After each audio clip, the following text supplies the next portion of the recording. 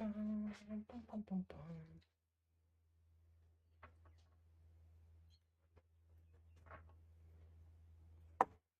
guys, how's it going? My name is Brainsy. Welcome to day 34 of workout grind. I did a little bit of a relapse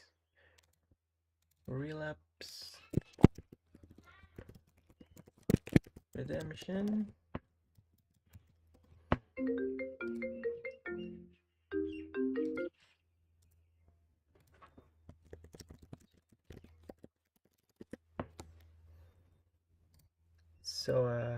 Just a second. I'm just setting up things.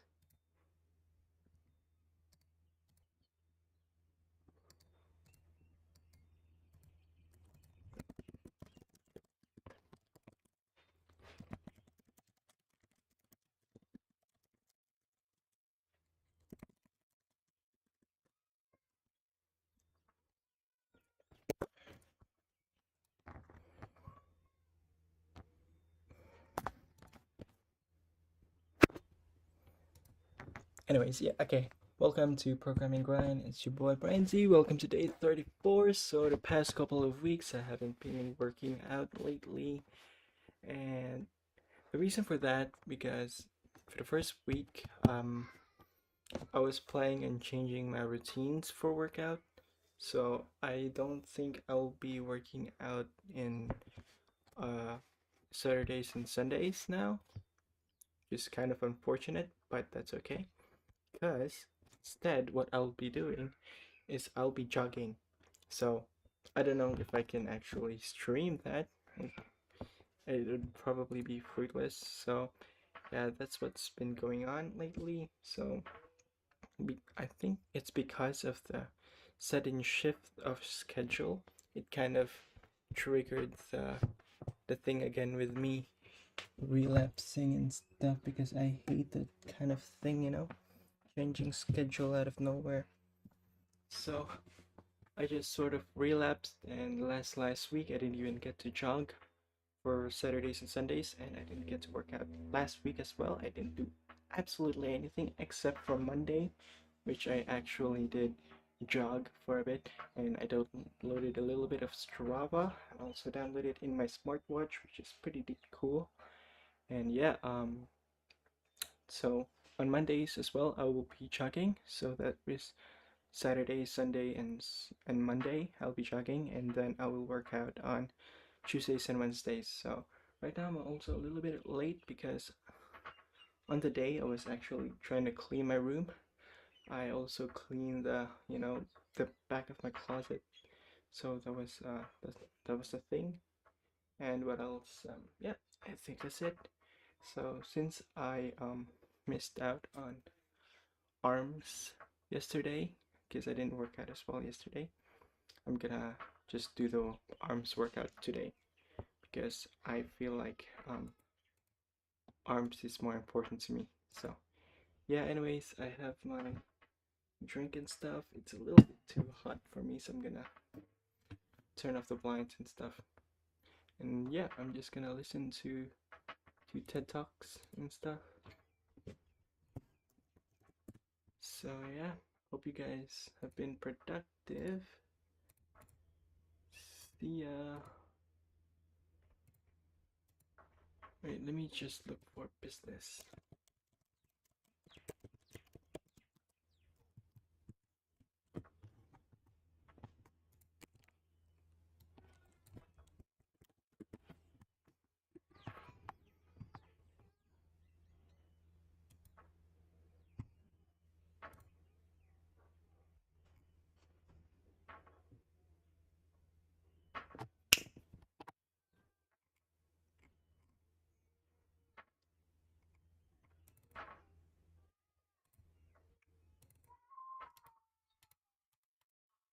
Business is filling a market gap or finding a niche. Mm-hmm. That is not true. One of my most successful early companies was a company called Fluid. This company turned into one of the biggest agencies in Asia, which I sold to PricewaterhouseCoopers for more money than I'll ever need. And when I launched that company, there was 500 other businesses doing almost exactly the same. So how did I manage to win? I didn't have an original idea like everybody tells me. learn to sell is much. I am good at only one thing: business. For the last 30 years, I've built 19 companies and invested in 78 startups. People ask me every day to be their mentor and to help them. And they've even offered me £10,000 to help them just for one day in business. I don't want to charge people for help. I want to give you the knowledge for free. And today, I'm going to give you everything you need to start a business, to grow a business, to maintain a business, and to sell a business. But if you can't stay on this video for 5 minutes without clicking off, I've got some news for you. You're probably not going to make it. I'm now going to list all the things I'm going to go through in the next 45 minutes to change your mindset, give you the tools you need to be successful, and hopefully create new pathways in your brain that give you the chance to be successful. The very thing that the education system does not want you to be is free, working for yourself, controlling your own destiny. So today we're going to cover how to start a business with no money, how to win and the secret to it all in business, how to lose, important, how to do a mind map, which is much better than a business plan, much more liquid, how to find purpose, very important, to motivate you to get up in the morning, to motivate your team to get up in the morning, and to motivate customers to want to work with you, how to find a co-founder, something that I personally believe is like having a relationship partnership. It can change everything if you have the right co-founder and can give you that accountability that we all need. How to sell, everybody can sell. There's no such thing as people that are good at selling and people that aren't good at selling. They're just people that haven't been taught the system of selling. Everyone can sell, everyone must learn to sell. It is the key to unlocking freedom. How to market your business, how to PR yourself and your business, how to get an investor, and I'll go through many different ways around that subject. You can get an investor. How to get sponsors, often an untapped secret source to making a business grow without needing an investor. So we'll get into that. How to build a company brand, because I honestly think value comes from building a brand, not a business. And we'll go into what a brand is and how to build one. How to build personal brand, which in this day and age, without doubt, is vital. You can't really build a company today without having a personal brand. And I'll get into personal brand on a public stage and personal brand within your industry. How to hire, how to grow, how to build, how to go global, which is easier than it sounds and probably very important so you're not stuck in one market and leaving yourself vulnerable. How to get a mentor, there is a way to do it and nearly nobody does it. And how to avoid big. At the end of this video, you will know everything that's taken me, and I promise you at the end of it, now, most people tell you to start a business when you have an idea. That's not where a business starts. A business starts with a feeling, an instinct that perhaps you need to make a change, and then applying yourself to learning what is the best way to build something that you love. Now, everybody tells me that starting a business is filling a market gap or finding a niche. That is not true. One of my most successful early companies was a company called Fluid. This company turned into one of the biggest agencies in Asia, which I sold to PricewaterhouseCoopers for more money than I'll ever need. And when I launched that company, there was 500 other businesses doing almost exactly the same. So how did I manage to win?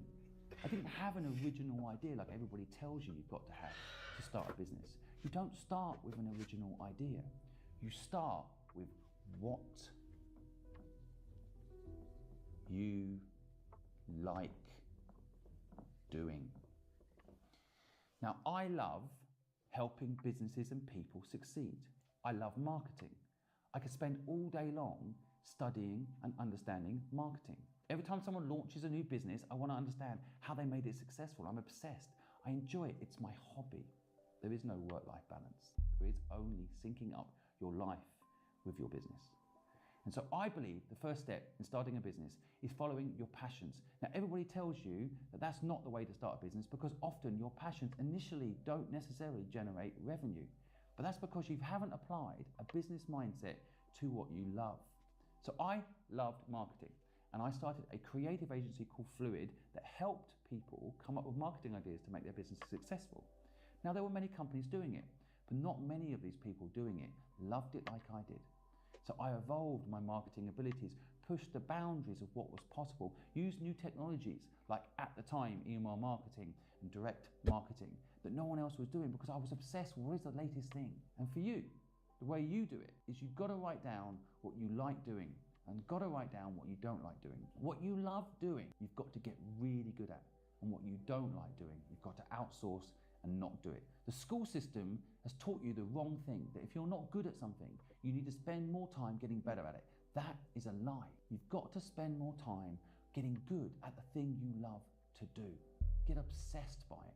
And that's actually where a business idea begins. Because once you have figured out what you love doing, the next step is the idea. Now again, people will tell you that you need to come up with an original idea. That's not true. The second thing is, when it comes to an idea, you can actually combine forces with other people. So back to my example, when I launched Fluid, I loved marketing. And I met someone who could take my marketing ideas and turn them into graphic illustrations and brilliant presentations and abilities to help that company in a visual way understand my idea. So I teamed up with her and created a 50-50 business partner, and I'll come on to equity later in the video, that was literally the springboard to one of the most successful companies in Asia in this space. So the key is not coming up with an original idea and trying to do it all on your own. The key is coming up with something you love linked to what you do, and perhaps if there's a gap within your ability to execute on what you love, find a partner. So for example, if you love writing, then write a book. And maybe you need to find a partner that can publish that book, or find a company that will publish that book, or get someone to help you, like an agent, find someone that will publish that book. And that's where it really begins. In the idea phase, it's got to link to your passion. And I'll come on to purpose later, but it's key. You won't be able to follow through and probably won't be successful if you're not willing to do the thing that you're doing more often and all the time compared to other people. So you figured out what you love doing, and now you have an idea. Now, the idea itself can evolve.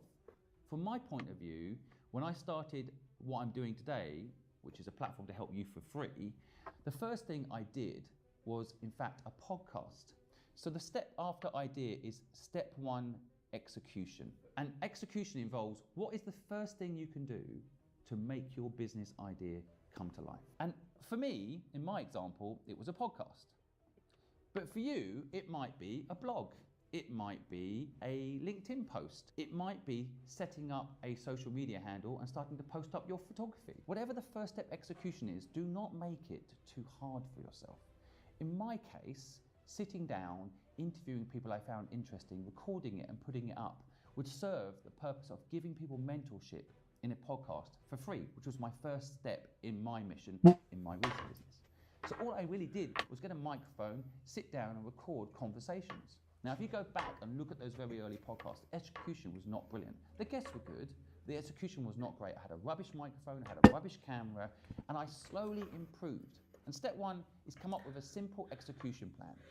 Step two in starting a business is consider where the revenue is going to come from. Now, some people say you need this within the idea phase. And yes, you can put it within the idea phase, but sometimes revenue doesn't actually make itself clear until you start. So an example, if you're a photographer and you think you're going to make your money charging by the hour for your photography skills, you're probably limiting yourself, right? So you're probably better off initially taking pictures of things you love and putting them up online and seeing if people would buy them, seeing if people would license the pictures, experimenting with revenue models and seeing what sticks. Sure, maybe people will book you by the hour, but why would you start off with a revenue model that limits yourself? So I think when building a business, the thing to really think about is not necessarily revenue, but experimenting with different ways to make money from the thing that you are doing. So again, when I launched Fluid, most companies charge by the hour for their marketing consultancy service. We didn't. We charged by the outcome of what we did. So if we helped a company be successful, sell more product, we took a percentage of those sales. Now, that was not part of most companies' business models, because most people start with an idea and then they do a revenue model and then they start. A famous quote is, everyone's got a plan till they get punched in the face. And the truth is, when you launch a business, you just want to keep yourself nimble, like a boxer. You want to see what is going to be the best punch combination for you to make your business work. And finally, when starting a business, step three is you've got to make sure your purpose is strong. Now, you've made sure that you enjoy what you do, and that's great, because that's going to help you get up in the morning. But actually, I believe new businesses today need to think about what they're going to do to make a difference in the world. How are you going to make sure that people want to work with you? How are you going to make sure that what you're doing isn't just for profit? Because if it's just for profit, everybody that works for you is going to want more money. Everybody that's working with you is going to want to pay you less. But if you have a purpose bigger than yourself and identify that purpose and install it in your business, I promise you, you won't be managing people anymore. One of the biggest stresses of building a company. You won't have to manage people because you will only have to manage purpose. Now I'm going to go into more depth how this all works, but a lot of what I've talked about here already has cost you no money. You haven't had to spend any money. Now, even if your idea is to launch an app that costs £1 million to develop, start off with a service business. Start off with a revenue-based model that can get you there. So an example is Airbnb. When they launched, they actually sold cereal boxes at conventions. It was enough to be similar to Airbnb because some of the first accommodation that Airbnb ever sold was at conventions. People would go to see Obama speak, go and see different politicians speak at these conventions, and they would rent out rooms on Airbnb later. But initially, they sold cereal boxes, Obama reels, at this event, at these events, to get to know their customers, connect to their customers, have a conversation with their customers, and make money. And that is the money they used to initially get the business going. So I will come on to other steps later now in the video about raising money and other ways to do this. But if you do these first few things, your business is up and running, it's cost you no money, and I promise you, because it will have purpose, because you like it, and because there's a revenue model behind it, you will do it, it will happen. So how to win in business. Let's say you've already got a company, you're not winning, and you want to win. You want to know the secret formula to winning. It's cost you no money, it's have a conversation. Out rooms on Airbnb later, but initially they sold cereal boxes, Obama reels, at this event, at these events, to get to know their customers, connect to their customers, have a conversation with their customers, and make money. And that is the money they used to initially get the business going. So I will come on to other steps later now in the video about raising money and other ways to do this. But if you do these first few things, your business is up and running, it's cost you no money, and I promise you, because it will have purpose, because you like it, and because there's a revenue model behind it, you will do it, it will happen. So how to win in business. Let's say you've already got a company, you're not winning and you want to win, or you want to know the secret formula to winning. And having built nearly 19 companies, I'm on my 19th business now, how to win in business is actually very simple. Now I mentioned earlier having purpose and you personally being passionate about it, that's definitely going to give you an edge, whereas most people are not loving what they're doing. So if you are, you're already winning. But there is a secret formula to winning, and that starts with a couple of things. Number one, delayed gratification. Spelt completely wrong. You get what I mean though, right? Delayed gratification is the number one reason that businesses win. You don't rush to charge customers, for example. You let them help you succeed. So the first customer I ever got in my agency, Fluid, I actually did the work for free. Now, a lot of people say don't do the work for free. I don't agree. I built up a relationship with that customer. I over-delivered when it was free. And that meant once they were happy, not only did they use me forever, for the 16 years that I ran that company, they also recommended me to everybody. They felt like they were part of my early journey. Getting your customers on side is another element of winning, but realizing that if you delay getting gratification, you will make more money. And there's so many examples of this. If you look at big businesses, they spent years making no money. And then when they had the system all in place, huge databases, for example, then they can monetize. And people don't wait long enough. The other thing you can do is have a very strict moral code within your business, a culture. Culture will eat strategy for breakfast every single time. You've got to make sure that your culture in the company is client-centric. A good example of this is Amazon. I'm just saying that they do actually focus on their customers as a culture. And I think that a lot of people are too busy, for example, thinking about how they can get money out of their customer and not thinking how they can bring value. And if you want to win, bring value. You want loyalty, bring value. You want them to follow you, promote you, share you on their stories, care about you, talk about you when you're not in the room, then show them some love. It sounds simple, but people don't do it because they're too busy not waiting for the payoff and too busy not installing a culture of patience, a culture of caring about your customer. And then the final thing is luck. Now, luck is not a subjective thing. Luck, I have discovered, is hackable. And you can hack luck 3 ways. First, be persistent. And what I mentioned earlier about purpose and loving what you do will help you be persistent. You have to outlast other people. When I launched my company, Fluid, in Hong Kong, I had so many competitors. But slowly but surely, they all shut down, went bankrupt. They didn't care like I did. And I think that whole luck thing is about persistence. That's number one.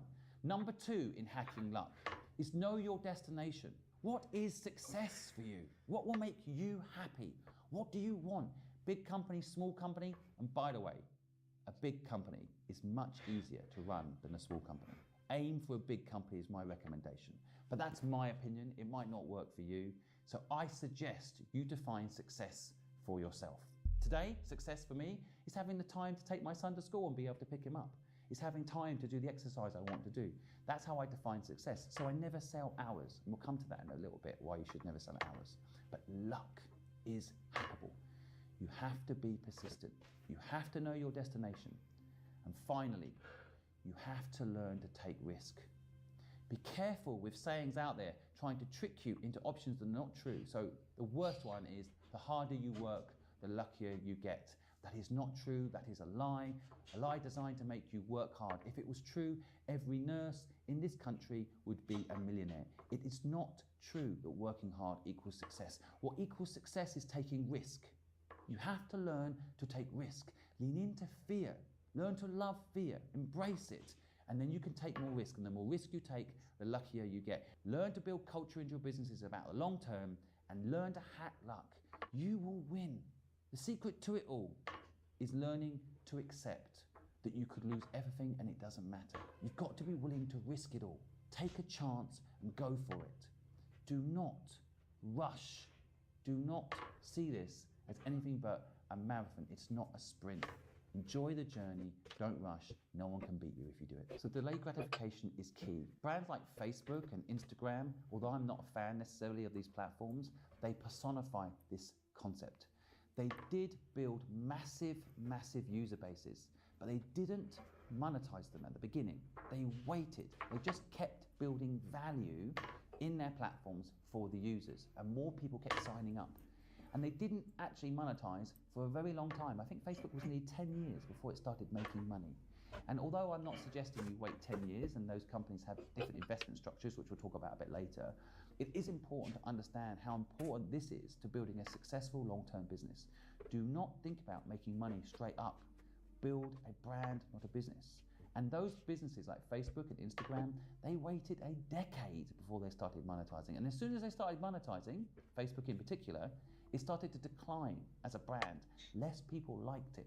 Too many ads on the screen, too many annoying buttons that didn't have any relevance to them because they were suddenly trying to make their client happy, the advertiser, and no longer focused on the user in the same way. So be careful. But that is how you build massive economic moats. People like Google, similar. At the beginning, no revenue. YouTube, at the beginning, no revenue. Focus on building something that has value for people. Delayed gratification is one of the secret weapons in building a sustainable, large, and successful business that you love. Next up, how to lose. It might sound like a strange title, but it's the number one thing I've noticed that people don't learn to do that doesn't allow them to be successful. This all stems back probably to school, where you were told that success was getting an A. It's not. Success is actually accepting failure, learning to bounce back from failure, embracing failure, having learnings from the businesses that I have been involved in that have failed, have allowed me to be successful. I guarantee you, if I hadn't lost £1 million on doing comic book business, I wouldn't be rich or successful today. I needed to learn how to fail. I needed to accept losing. It's key. And so how do you build the stamina and the ability to lose? The first thing you realize, number one, don't let things own you. If you let things own you, you are controlled by the very thing that's meant to bring you pleasure. You have to learn to lose those things and not care about those things. The second thing, to lose, you need to don't let things own you. If you let things own you, you are controlled by the very thing that's meant to bring you pleasure. You have to learn to lose those things and not care about those things. The second thing, to lose, you need to let your short-term ego go. Now, ego is actually a very powerful motivator. And there are different types of ego. The ego I'm talking about here is driving around in the right car to give an image to people that don't care about you that you are successful. Do not worry about this. Learn to enjoy looking like you're a loser. Let people underestimate you. It is so powerful to be underestimated by your competition, even by your customers, because if they think you can't deliver and you do, then brilliant. Do not worry about losing. Learn to be a D student. Love to fail. That's why 80% of A students end up working for D students, because A students are scared to lose. They don't want to lose. They always want to get an A. They always want to be seen as the smartest person in the room. Don't worry about it. Learn to lose. Learn to embrace getting a D. And getting a D in business means take your time. Don't let someone else decide whether or not you're successful or not. Do not let anybody else tell you how to do things. And ironically, power up your ego in a different way, an internal ego that tells you you're not a loser. You know where you're going.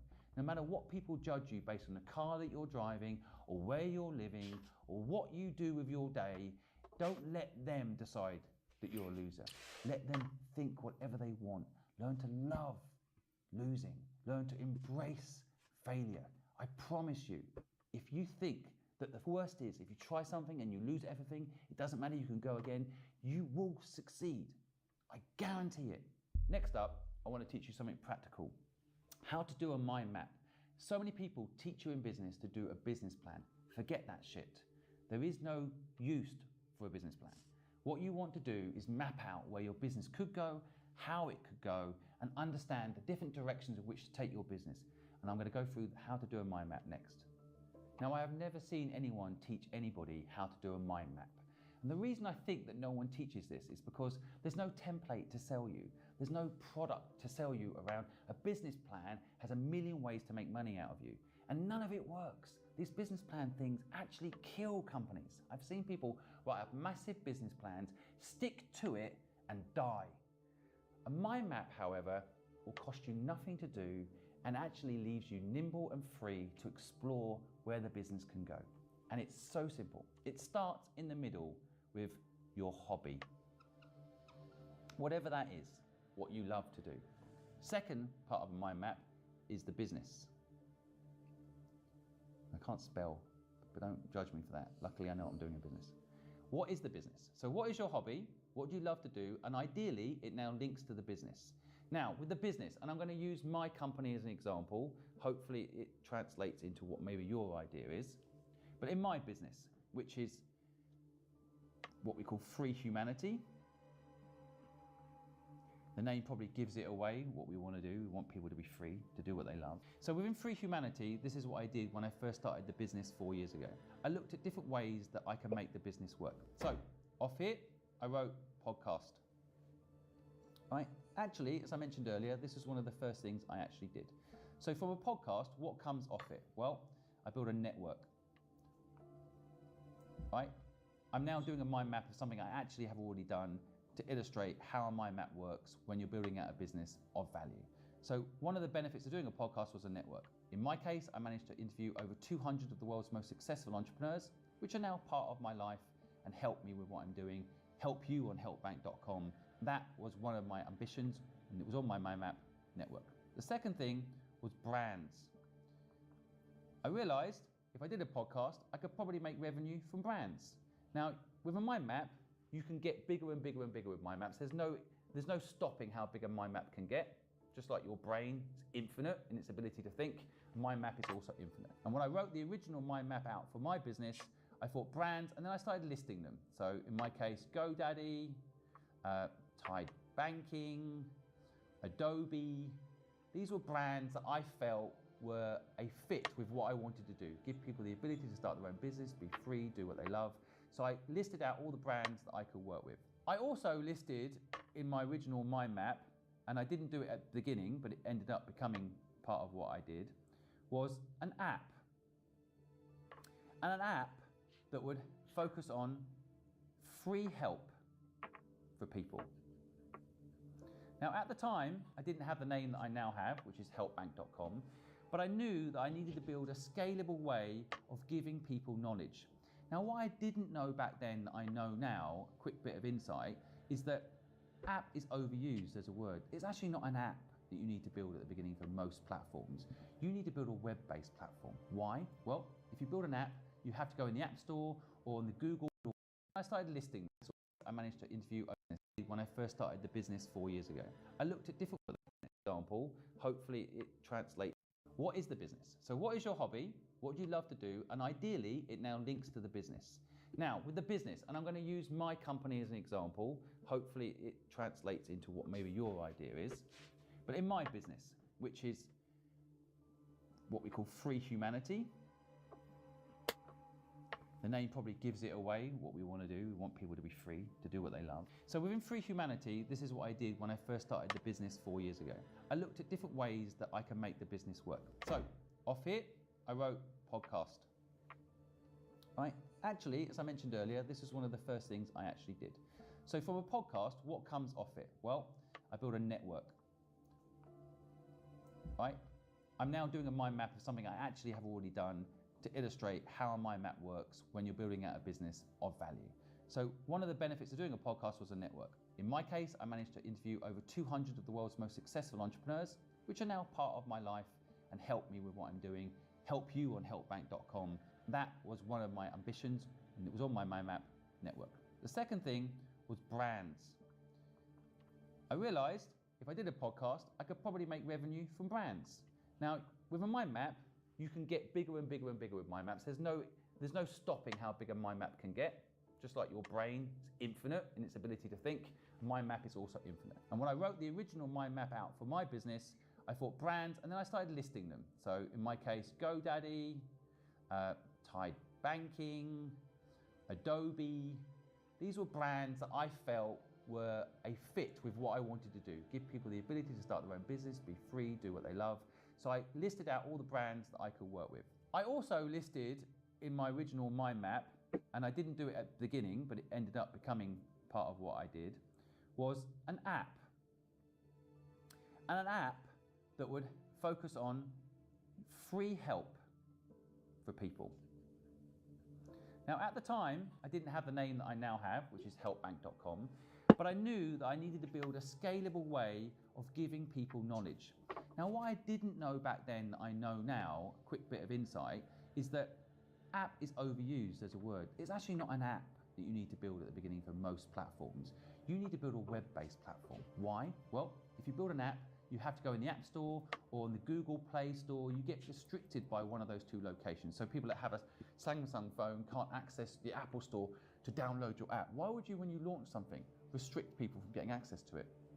Plus, if it's web-based, people can just log in straight from a web browser, any web browser. That aside, I realized in my early days, I needed to do an app. And from that, I would do free help. And from that, I would be able to connect the network that I built in the podcast to the free help. So the people that I'd interviewed in the podcast, the knowledge that I was capturing in their case, I could connect now, that network being built via the podcast, to the help on the platform.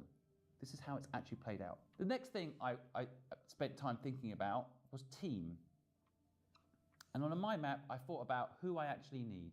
Now, because I knew I was going to do a podcast, I knew that I needed an editor. But I also know my weaknesses, so I know I need an accountant, someone who's going to take care of the admin. These are things that I don't enjoy doing, so I know what to do. But I also realized with the network that I'd built through the podcast that I could have partners. So it's not just employees, but partners I could link to the team. Again, working with the people that I'd spoken to on the podcast, I could connect them. The people that were going to work on the app, I could connect them. Although they're not necessarily on my payroll, they are people that perhaps are connected to my mission, want to help people, and they can become part of my extended team. Now, within the team structure, I can also start thinking about things like if I have an editor, maybe that editor hires editors, or I hire editors, but you can start breaking down what you actually need within your team. Right now, as a mind map, you start, in my opinion, with what your hobbies are, what you enjoy doing. You're then building a business around it, and then you're thinking about different things that this business is going to need. Now, one of the things that I spent a lot of time thinking about that I haven't yet done but will be coming soon in my platform was what else I could do that would scale the business, give it what it needed resource-wise, without necessarily me being involved in it. And at that time, back 4 years ago, the word was merchandising. So I wrote down merchandising. Now, I think it's actually evolved now. It's beyond merchandising. But from that, I wrote down, of course, what everyone was doing 4 years ago. T-shirts and caps, that sort of stuff, right? Stuff that, you know, maybe the word free humanity would look pretty cool on. And I thought about, in those days, things like sweets and products that perhaps we could launch. And I wrote down basically any way merchandise-wise we could make money. Now, what's interesting is I'm about to launch a sweet brand called Bizzies. It's taken 4 years to get to this part of the mind map, but it was on there. It was always on there. And ironically, when I was building team, if anyone said to me when I was interviewing them, they had some experience with sweet business, I made a note and kept them as someone maybe could help us in the future. Same with merchandising. Anytime I spoke to anybody that was perhaps looking at starting a t-shirt brand or working on building product, I'd see if perhaps they wanted to work with me in the future. Because once you know in your mind map one of the things that's going to come up in the future, you can look out as you're building other things for the very thing that's going to help make that happen. So this is a mind map. It is literally mapping out all the different things and different ways that your business can go. It's fun, it's simple, there's no template you can download and pay someone for, you don't need it. And the beautiful thing about a mind map is you're not fixed. You can start adding bubbles and adding things as things evolve, as people and the world change. You can start adding things and connecting the different dots between parts of your business. Something a 20-page document will never let you do because it's too linear. So that's a mind map. I hope it's a useful, practical tool for you going forward. How to find purpose. Now, this word purpose might sound woo-woo. They don't teach you it at school, in my opinion, for a reason. Because if you understand purpose, you're very unlikely to work for someone else. Purpose is a very personal thing. You can find other people with purpose, you can find your tribe, you can be free. But finding purpose is not an easy thing, and it's not something you've been given any of the tools in which to make happen. So what is the first step in finding purpose? And it's a very obvious step that people do not do. You think about it. Now, the problem is, if you say you're thinking about purpose, people might laugh at you. Other people try to throw silly jokes out there like 49, and they'll throw you off. Or purpose will get so complicated in your head, because you've not really thought about it before, you'll give up and go back to your old ways. You need to think about purpose. What is your purpose? We used to live in tribes of 5,000, and we used to work on a method called give without take, not give and take. We used to help each other because it would make our tribe better, not because we'd make money from it. You asked me for help, I would give it to you for free. The world will be a better place. I'd get better at giving you that help for free. I'd become an expert at giving that help for free. Eventually, when I'm not in the room, people will talk about me and what I do because I've become so good at helping people. But I think today that doesn't fit the narrative of working at a call center and picking up the phone and doing what you're told in the factory that Henry Ford created. So when the school system was developed, the word purpose wasn't included in any of it. They asked the wrong question of you. What are you going to do when you grow up, is what schools say. That's not the right question. What you should be asked is, what problem are you going to solve? So the second step in thinking about and finding, hopefully, purpose is what problem matters to you. Now, at first, nothing might spring to mind. If something has jumped into your mind, then great. In a minute, I'm going to explain how you action that. But if it hasn't jumped into your mind, start thinking about what problems have actually affected you, big or small. Now, it can be really simple, like the banks aren't open early enough for you, or the swimming pool you wanted to go to doesn't let you swim the time you want. It might sound silly, but you start thinking about problems that bother you, and your brain wakes up. The entrepreneur muscle in your brain that helps you figure out how to solve that problem. Now, it might be that the bank's not opening on time isn't a problem you're going to solve, but if your brain starts thinking about that problem and how it can solve it, you might begin to understand how to find purpose. The third thing you can do is start breaking down how to make your life and that purpose match.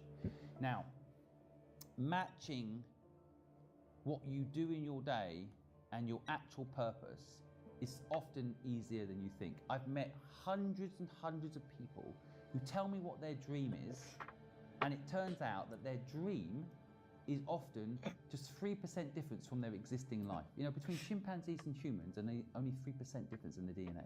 And often, for example, I met someone that wants to do their own catering business. They're working in someone else's catering business. They're just missing this video in their life to figure out how to turn what they feel is their purpose, to make cakes for someone and make them smile and own that business, into that business. They're just missing knowledge. They're also not realizing that actually their purpose is nearly there. In fact, I would argue that the system sometimes wants you to feel like you're getting enough satisfaction that you don't need to make a change. So in other words, if you are working for someone else baking cakes, even if they're not using the ingredients you would use, or they don't care about the customer the same way that you do, at least you are baking. But you've got to break free from this thinking. You've got to realize that if you're going to do your purpose, you have to learn what I said earlier, take risk, but most importantly, to truly know yourself. I once interviewed a billionaire on my podcast and I asked him, how did you build your intuition? And he said to me, I used to go and ask my mum or my dad a question when I was young, and they both used to say to me, you know the answer. You know it. Never gave him the answers. So he had to go away and figure out the answers for himself. And that in itself is the point I'm trying to make here. You have a purpose. Yes, I can help you get there, but you need to ask yourself, what is that purpose? How are you going to make it happen? How are you going to get there? And you do it by thinking about it, asking yourself not what you're going to do when you grow up, but what problem you want to solve, and then matching your life to that problem. And the final thing I'll say, you don't have to do this thing on your own. Let's say you care about climate change. And I would just say, we don't need to save the planet, we need to save humans. When the humans are gone, the planet will be fine. But let's just say you care about saving the planet. You can go and work with other people doing something in this space. The only thing I would say to you is make sure you ask for equity wherever you work. I'll come to that a bit later, how you do that and why you should do that. But that can be still a way for you to have the life you want. You can find your purpose and then go work with someone that's actually doing it. So in my organization, behind the camera right now, is a whole group of people, talented people that care about the same thing as me. So they can go off and help people in their own way like they want to, or we can come together as a team and solve the problem together that people don't have the knowledge they need to do what they love. What I have noticed is that once you find your purpose, and this is what you need to be careful of, is that you don't think that it's such a big purpose like solving the world's problems, that you don't do it. You can team up with other people to do it. And I will tell you, 1 + 1 = 11. Remember that. Once you know your purpose, you can seek out people and communities and old days tribes to help you go and fix this problem with other people. But if you don't know what that purpose is, you won't do this and you will get stuck working on someone else's purpose, someone else's destiny. And I promise you, it's harder to work for someone else than work for yourself, despite what you have been told. How to find a co-founder. Now, if you're someone that likes to work alone, you can perhaps skip this bit. But I would say to you before you do, make sure you understand the power of a co-founder. Sometimes we get caught in our own ignorance bubble. We think we know what we know, but you don't know what you don't know. So be cautious before you skip this section that you're absolutely sure that a co-founder cannot bring you value. I will tell you first up why a co-founder can bring you value. It's a bit like if you get a gym membership, you probably don't go to the gym. But if you have a buddy who goes to the gym every morning, you often have accountability and you go. For me, that's one of the #1 reasons I love having a co-founder. Now, there is a counter argument to having a co-founder you'll hear from many people, which is, well, why would you give up 50% of your company to have a co-founder? I personally would rather have 50% of a business I enjoy that's successful than 100% of a nightmare and a failure. And I honestly think, with all my heart, that if you get a co-founder, your life is better. How do you get a co-founder and what should you look out for is something I'm now going to cover. But I want to just say, you have to think carefully about the equity structure. And later in this video, I'm going to talk about equity, and it's going to be important, and it's going to connect back to this. But for now, I'm just going to talk in this bit about how to get a co-founder. Now, the first step is to identify what I said earlier, which is, what do you love to do and what do you hate to do? Be honest, be clear. Hate and love, right? Hate and love. Now, once you've identified what you hate to do and what you love to do, you can identify what is the perfect co-founder.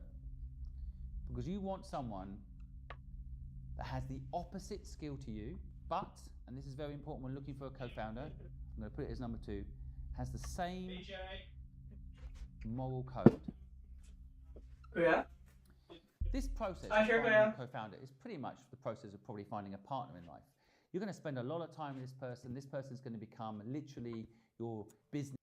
Has the same moral for a co-founder. I'm going to put it as love. And what do you hate to do? Be honest. Be clear. Hate and love. Right? Hate and love. Now, once you've identified what you hate to do and what you love to do, you can identify what is the perfect co-founder. Because you want someone that has the opposite skill to you, but, and this is very important when looking for a co-founder, I'm going to put it as number 2, has the same moral code. This process of finding a co-founder is pretty much the process of probably finding a partner in life. You're going to spend a lot of time with this person. This person is going to become literally your business life partner. And if you do it right, it is for life. Like I have in business, done businesses with people, and even when I've sold that company, I've done another business with them. If you get it right, it is a lifelong partnership. And so you want to make sure you're honest and clear about what you hate doing and what you love doing so that the person comes in and works with you. One, doesn't question you or cross over with you, lets you run your area and gives you respect. Equally, you have the same with what they do. You write down exactly, in detail, what this person looks like. And I would go as far as to say you write down how tall they are, what they look like, how they speak, their background, where they're from, everything you can possibly think of. Just as if you're picking a partner in life, what is it you're looking for? Write down every detail. The reason I say the more detailed you are with it, the more likely you are to manifest it. You aren't going to be looking out for something unless you make it very clear what you're looking for. I mean, it's the red car theory, right? If I suddenly tell you the words red car, you're probably going to see a lot of red cars. But if I don't mention red cars, you probably haven't seen one at all today. You have to list out what you want. So you've identified what you love doing and what you don't love doing. You've identified your own moral code. And moral code, I can go into it a little bit more. It's quite a complicated thing, but there is one quick hack on this I can give you. Whenever I'm trying to find out whether or not someone's good, I don't care about money. I care about reputation. So I don't want to accidentally end up working with someone that all they really care about is money. And I have this test to check. I will say to them, what if from this day until you're 70, so let's say you're 30 now, in the next 40 years, you'll have the most amazing life. 3 houses, one in New York, one in Hong Kong, one in London. Anywhere you go, people will love you, private jets, everything you need for the next 40 years. That's your life. And in 40 years' time, however, there is a catch. You'll get to 70, and then everyone will find out that you're a financial fraud, that you tricked people to get here, and that your life generally will be very different. People will look at you differently. Maybe then you'll die, and maybe it doesn't matter, but that's your life. Do you want to take the deal? I'm surprised how many people say yes. I would say 50-50. People say yes, they take that deal. They'll have 40 years of a good life for a bad reputation at the end.